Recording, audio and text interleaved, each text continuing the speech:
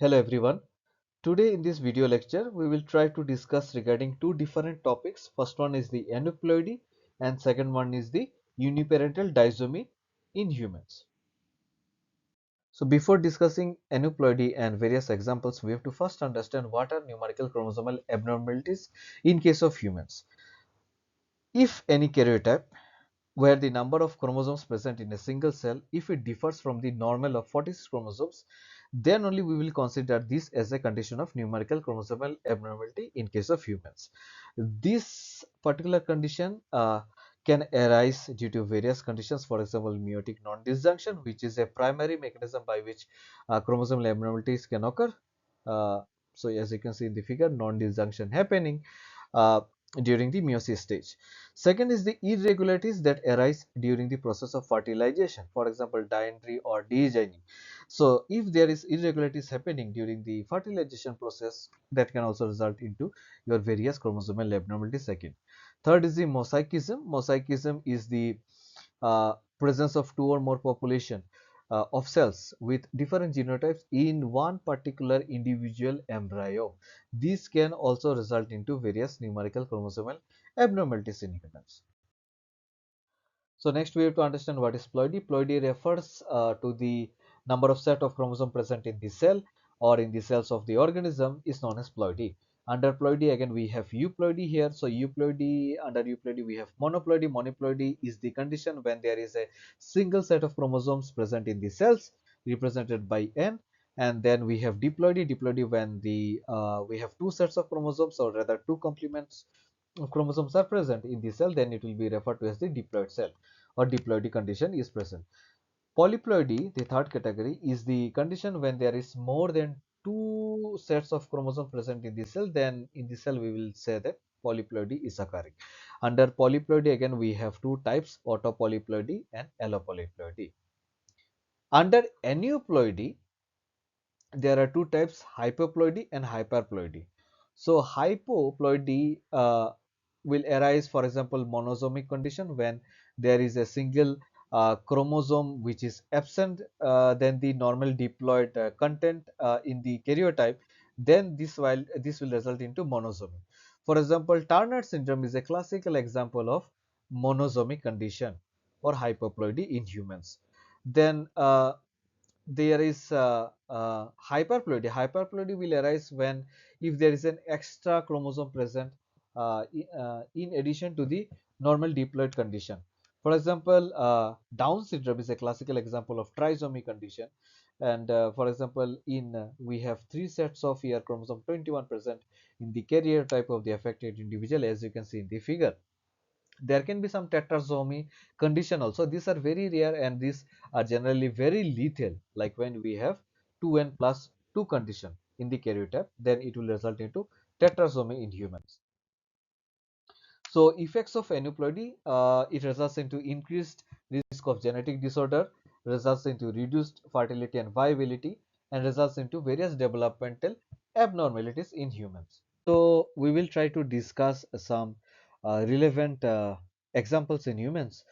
For the trisomy, the classical example is the Down syndrome. It results due to the presence of an extra copy of the chromosome 21, and the prevalence is quite high, around 1 in 700 live births is the prevalence or the incidence of Down syndrome, and the major risk factor is the maternal age. If the age of the expecting mother is high, uh, for example, if it is near to 30 or more than 35, the risk is quite higher. It has been seen that with the increasing age of the maternal age or the age of the expecting mother, the risk increases very sharply. Now, the key features of the affected individual is intellectual disability. They have distinct facial features.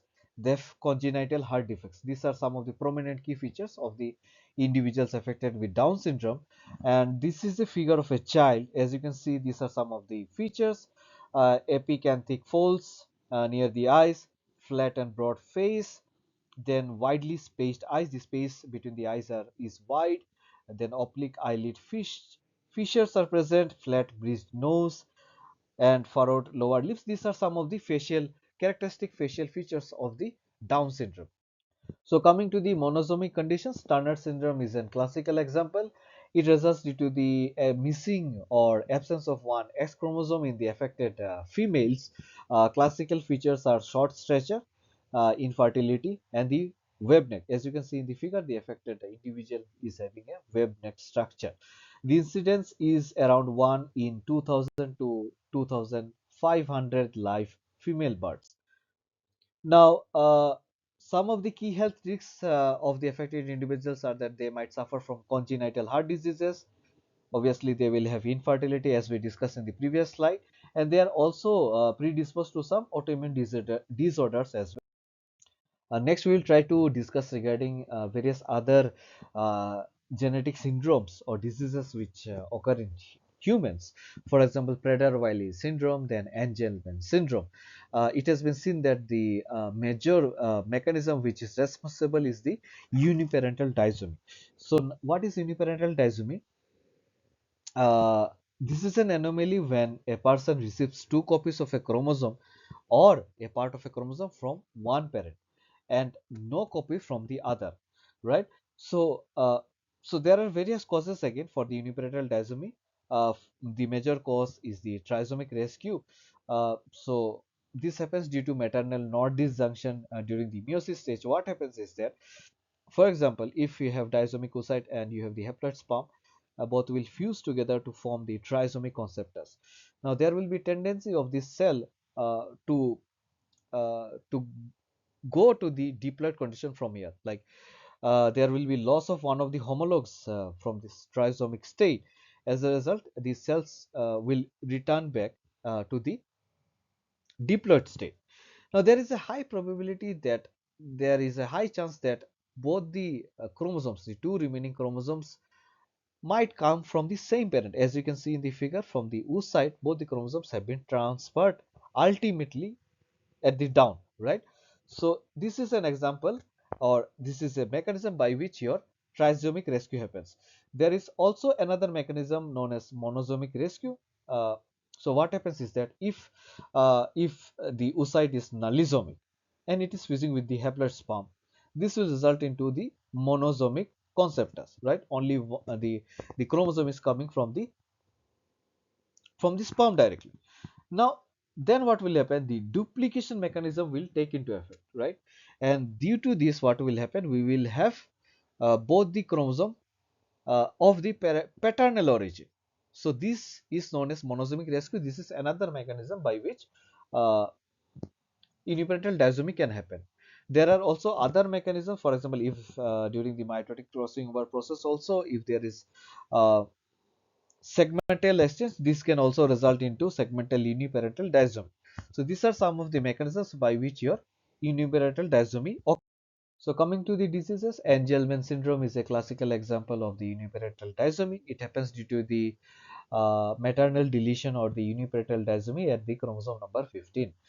Symptoms are the affected individuals will show developmental delays, various intellectual disabilities, speech challenges, walking difficulties, ataxia, that is the difficulty with the balance or coordination, seizures, various others symptoms, for example, sleep disturbances or eye issues, skin discoloration. Then there are some characteristic facial features. For example, the affected child or the children will have a small head, short and broad skull, wide mouth, widely spaced teeth, large lower jaw, large tongue. These are some of the clinical facial features of the Angelman syndrome in the affected children. Another classical example under the uniparental disomy condition is the Prader-Willi syndrome. Uh, this is a syndrome where the affected individual show a sense of being hungry all the time, which is known as hyperphagia, and as a result of which the affected individuals finding very difficult to manage their weight, and this can lead to life-threatening obesity as well. Coming to the symptoms at the infant stage, the infant will show hypotonia. It will have various distinct facial features, for example, almond shaped eyes, and then the infant will show poor responsiveness, and Then during the early childhood to adulthood phase, there will be an increase in the food craving, and as a result, there will be a serious increase in the weight gain, which might result into obesity. The affected individual will have severe behavioral as well as speech problems. There will be disruption in the typical sleep cycle, and then there will be various other problems like dental problems and vision problems will be there. There are various causes by which Prader-Willi syndrome occurs in the humans. In most of the majority of the cases, it has been seen that it is the paternal deletion which is the major factor. That is, paternal genes on chromosome 15 are generally missing, which results into this particular syndrome. There is another mechanism, maternal uniparental disomy, where the child inherits both the copies of the chromosome 15 from the mother. This particular disomic condition can also result into this Prader-Willi syndrome. There are also another third factor, that is imprinting defects, which has been shown to cause this particular syndrome as well. So a missing or a changed gene on the chromosome 15 disturbs the normal working condition of the hypothalamus region of the brain. As you know, hypothalamus controls the release of various important hormones, and if the hypothalamus is not functioning properly, this can affect hunger, it can affect the body temperature, it will affect the mood, it will affect the sleep in the affected individual. As a result, there is an increase in the food craving and there is an increase in the obesity in the affected individual. Thanks for watching. I hope you like the video lecture. We will see each other again in the next video lecture. Till then, bye bye.